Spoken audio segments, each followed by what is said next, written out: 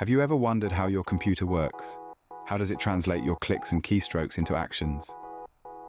In the vast realm of technology, this fascinating process is made possible through the intricate layers of computer abstraction. These layers, like the invisible gears in a clock, work seamlessly together to reduce complexity and make our digital interactions smooth and effortless. From the lowest layer, the realm of physics that deals with signals over a wire or air frequency, to the second layer where these elements are combined to form devices, each step is a crucial part of the journey. As we ascend, we encounter machine code, low-level programming languages, and encodings, followed by the operating system, compilers, high-level programming languages, and finally, the application layer. Each layer builds on the one below it, creating a ladder of abstraction that enables us to interact with technology in a way that feels natural and intuitive. Join us as we delve into the fascinating world of computer abstraction layers. At the very base of our computer system is the physics layer. Now imagine the smallest components of a computer, the ones that are so minute we don't usually consider them. This layer is about signals, the information that travels over an Ethernet network cable or a bus on a mainboard. And it's not just limited to wires. We're also talking about signals that flow over the air using a certain frequency. The physics layer is the foundation, the raw material from which everything else is built. It's the bedrock of our digital world. But what's fascinating about this layer isn't just the signals themselves. It's how these signals interact, combine, and work together to create something far more complex. Let's delve a little deeper. Remember, at this point, we're dealing with binary signals, zeros and ones. Think of these as off-and-on switches. Alone, they might not seem like much, but when these signals are combined in specific ways, they create patterns. These patterns are the building blocks of the more complex systems that we use every day. For instance, consider an Ethernet network cable. It's not just a single wire, but a collection of wires, each carrying its unique signal. These signals, when combined, can transmit data from one end of the cable to the other. Similarly, when you're dealing with wireless signals, different frequencies can be used to transmit different types of data. The beauty of the physics layer is in its simplicity. But don't let that fool you. This simplicity is what allows for the complexity of the systems built on top of it. It's like a language. Each signal, each frequency is like a letter. Alone, a letter doesn't mean much.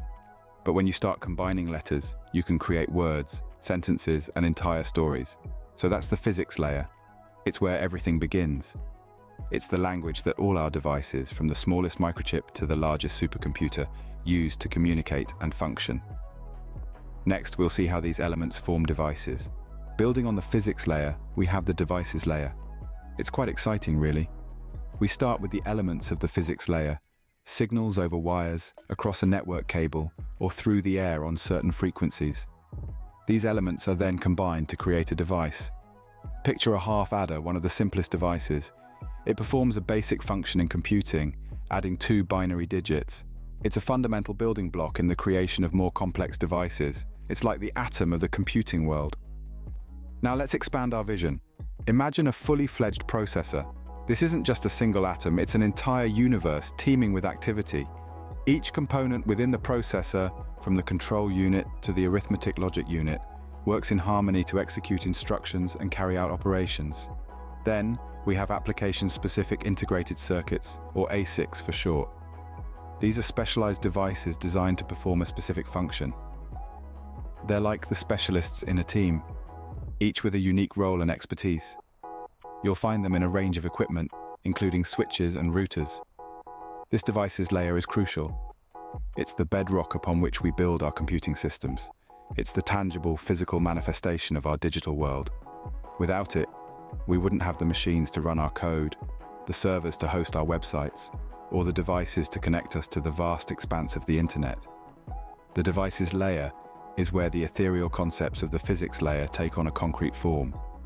It's where we start to see the potential of what we can create with these tools. It's where we start to build the foundations of our digital worlds. So, you see, the devices layer is more than just a collection of hardware. It's the bridge between the abstract and the physical. It's where we start to see the fruits of our labor, the results of our designs. It's where our ideas begin to take shape. Now that we have our devices, we need a language they can understand. Enter the machine code layer. Picture a world of zeros and ones, a binary language that underpins every operation your computer performs. This is the machine code layer. It's like the computer's native tongue, a language that all machines, regardless of their make, model, or manufacturer, can understand. This layer is a logical step up from the devices layer. It takes the raw potential of the hardware, the switches, the circuits, the processors, and gives them a language to communicate. It's here that the magic of computing really starts to come alive. But what does machine code look like? Well, it's a sequence of zeros and ones. Zeros represent the absence of an electrical signal or power off, while ones represent the presence of an electrical signal or power on. This binary system is the only language the lower two layers, the physics and devices layers, can comprehend. Machine code is fundamental to every process your computer carries out. Every task, every command, every click of your mouse is ultimately translated into machine code. When you open a web browser, write an email, or play a video game, all of these actions are broken down into a series of zeros and ones that your computer can understand and act upon. It's a fascinating system, but it's also incredibly complex. Long strings of binary code are difficult for humans to read and interpret. Imagine trying to write a program using only zeros and ones. It would be an arduous task, prone to errors and misinterpretations.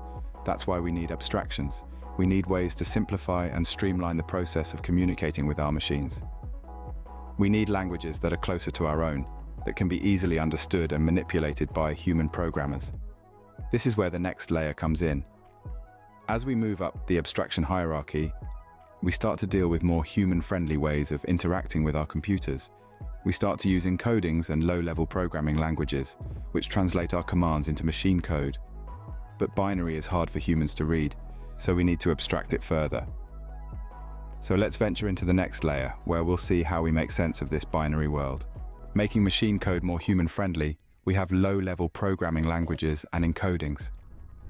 This layer is where we start seeing the magic of abstraction at work, making the binary language of machines more digestible for the human brain. Let's start with encodings. Encodings, like ASCII, are systems that translate binary sequences into something more meaningful to us. For instance, in ASCII, the binary sequence 01000001 translates to the capital letter A.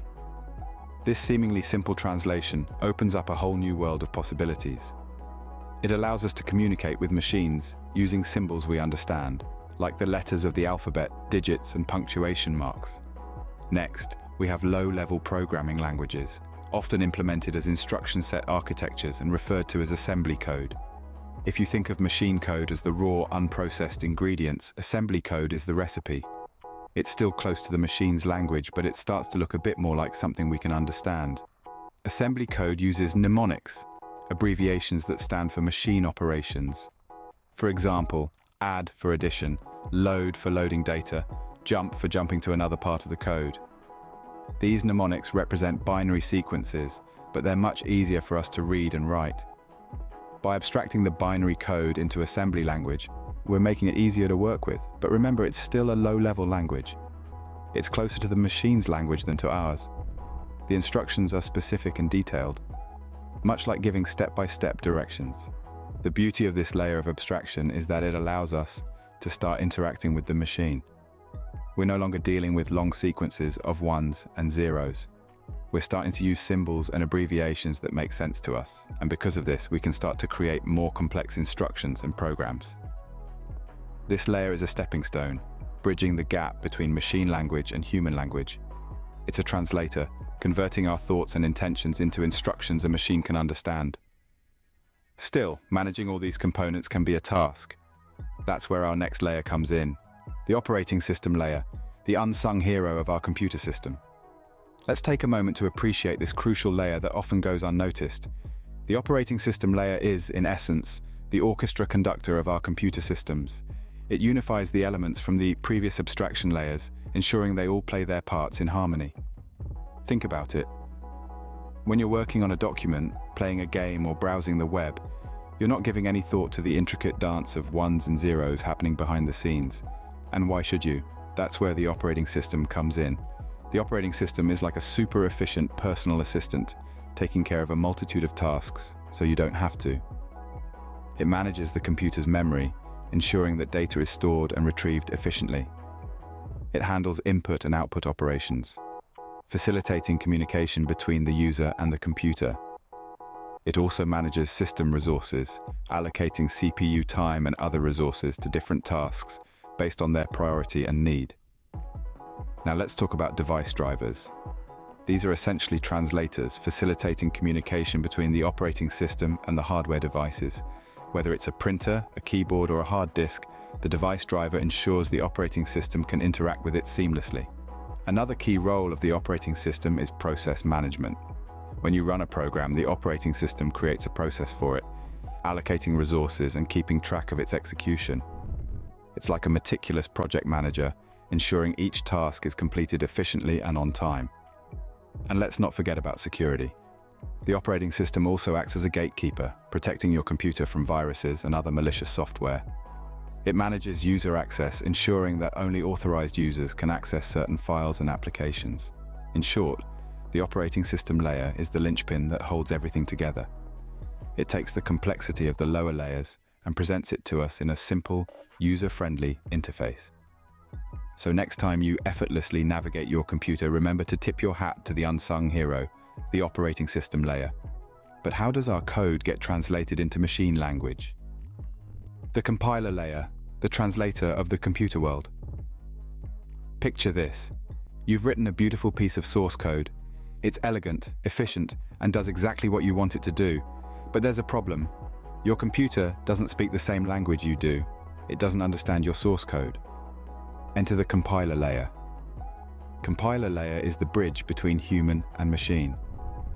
It takes the source code you've written in a high-level language and translates it into machine code, the language your computer understands. This machine code is a series of ones and zeros that tell your computer exactly what operations to perform. Think of it like this.